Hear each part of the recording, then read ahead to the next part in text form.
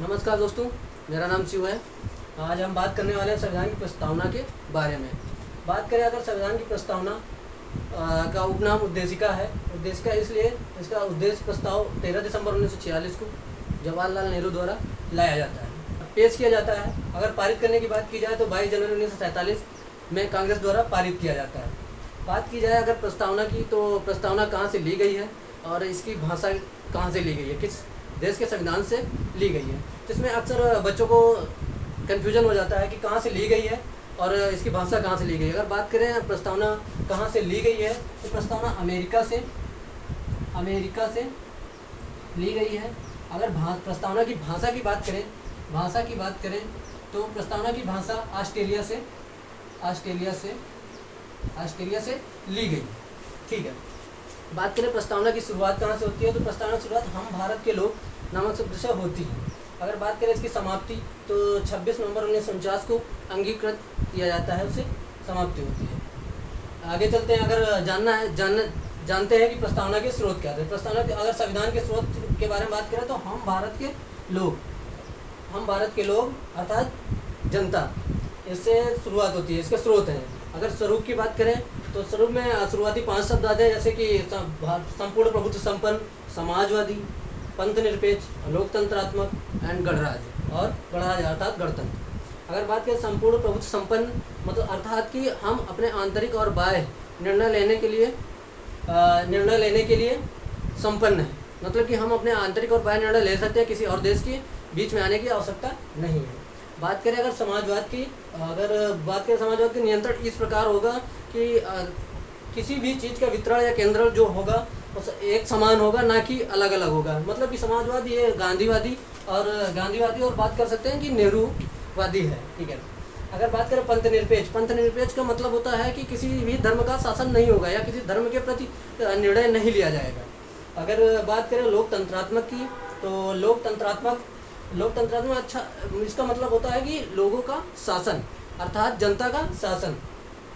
ठीक है। गणराज्य की बात करें या गणतंत्र की बात करें तो इसका अर्थ होता है कि हमारा जो कार्यपालिका का प्रमुख होता है, वो कार्यपालिका का प्रमुख वंशानुगत ना होके जनता के द्वारा चुना जाता है, इसीलिए इसे गणतंत्र या गणराज्य कहते हैं। बात करें उद्देश्य की, तो उद्देश्य में न्याय आता है, स्वतंत्रता आती है, समता और व्यक्ति की गरिमा, राष्ट्र की एकता एवं बंधुता के बारे में बात की गई है। अगर बात करें न्याय की, तो प्रस्तावना में 3 प्रकार के न्याय की बात की गई है। नंबर 1 सामाजिक, नंबर 2 आर्थिक एवं नंबर 3 राजनीतिक। ये क्वेश्चन हमेशा एग्जाम में पूछा जाता है।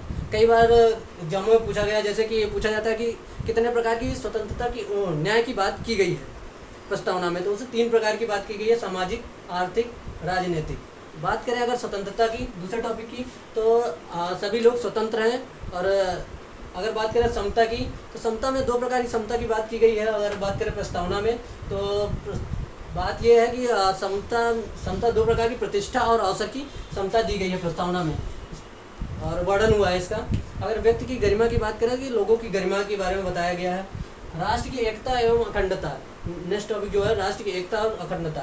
इसका मतलब यह है कि राष्ट्र की एकता और अखंडता चाहे भाषा के रूप में हो या जाति के रूप में हो या किसी भी रूप में हो, उसकी बना के रखना है। बंधुता मतलब समझ ही गए होंगे, बंधुता मतलब भाईचारा बना के रखना है, भाईचारा। ठीक है, इतना तो आपको समझ में आ गया होगा। एक बार और आपको रिवाइज करा देते हैं। बात करें प्रस्तावना की, उद्देशिका की, तो इसे अमेरिका से लिया गया है और इसकी भाषा ऑस्ट्रेलिया से ली गई है।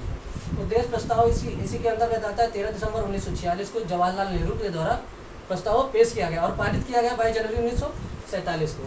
शुरुआत प्रस्तावना की कहाँ से होती है, हम भारत के लोग यहाँ से शुरुआत होती है। अगर बात करें कि इसका समापन कहाँ से होता है, 26 नवंबर 1949 को अंगीकृत किया गया।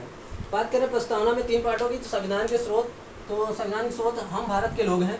अगर स्वरूप की बात की जाए तो निम्न टॉपिक आते हैं, जैसे कि संपूर्ण प्रभुत्व संपन्न बताया मैंने कि किसी देश के बीच में आने की जरूरत नहीं है, हम अपने निर्णय लेने के लिए खुद ही सक्षम है।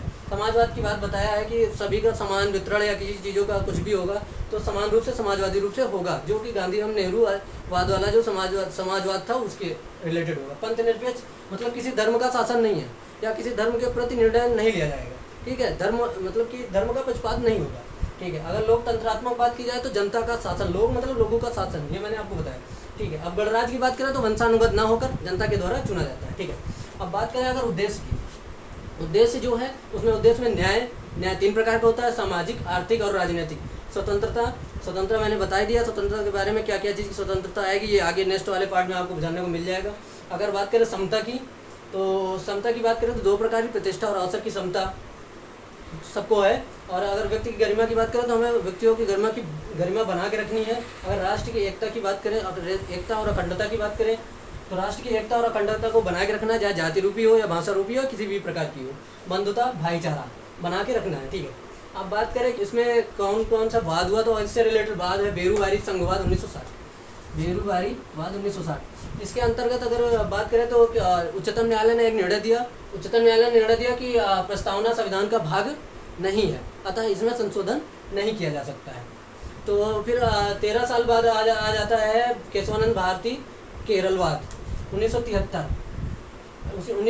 इसमें उच्चतम न्यायालय निर्णय देता है कि प्रस्तावना संविधान का भाग है और इसमें संशोधन किया जा सकता है, ठीक है। तो अगर बात करें संशोधन की तो मैं अभी बता रहा हूँ, अभी तक प्रस्तावना में एक ही बार संशोधन हुआ है, जो कि प्रस्तावना में एक ही बार संशोधन हुआ है जिसमें 3 शब्द जोड़े गए थे। Number 1 Samajwadi, number 2 पंथनिरपेक्ष,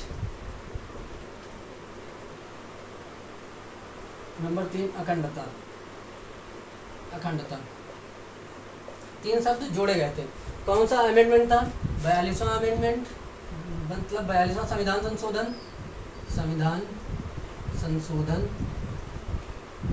1976। इसके साथ 3 शब्द जोड़े गए थे, समाजवादी, पंथनिरपेक्ष और अखंडता। 42वां संविधान संशोधन 1976 द्वारा 3 शब्द जोड़े गए थे प्रस्तावना में। नंबर 1 समाजवादी, नंबर 2 पंथनिरपेक्ष, नंबर 3 अखंडता। इसी के साथ आज हम वीडियो को समाप्त करते हैं। आशा करता हूँ आपको वीडियो पसंद आया होगा। धन्यवाद।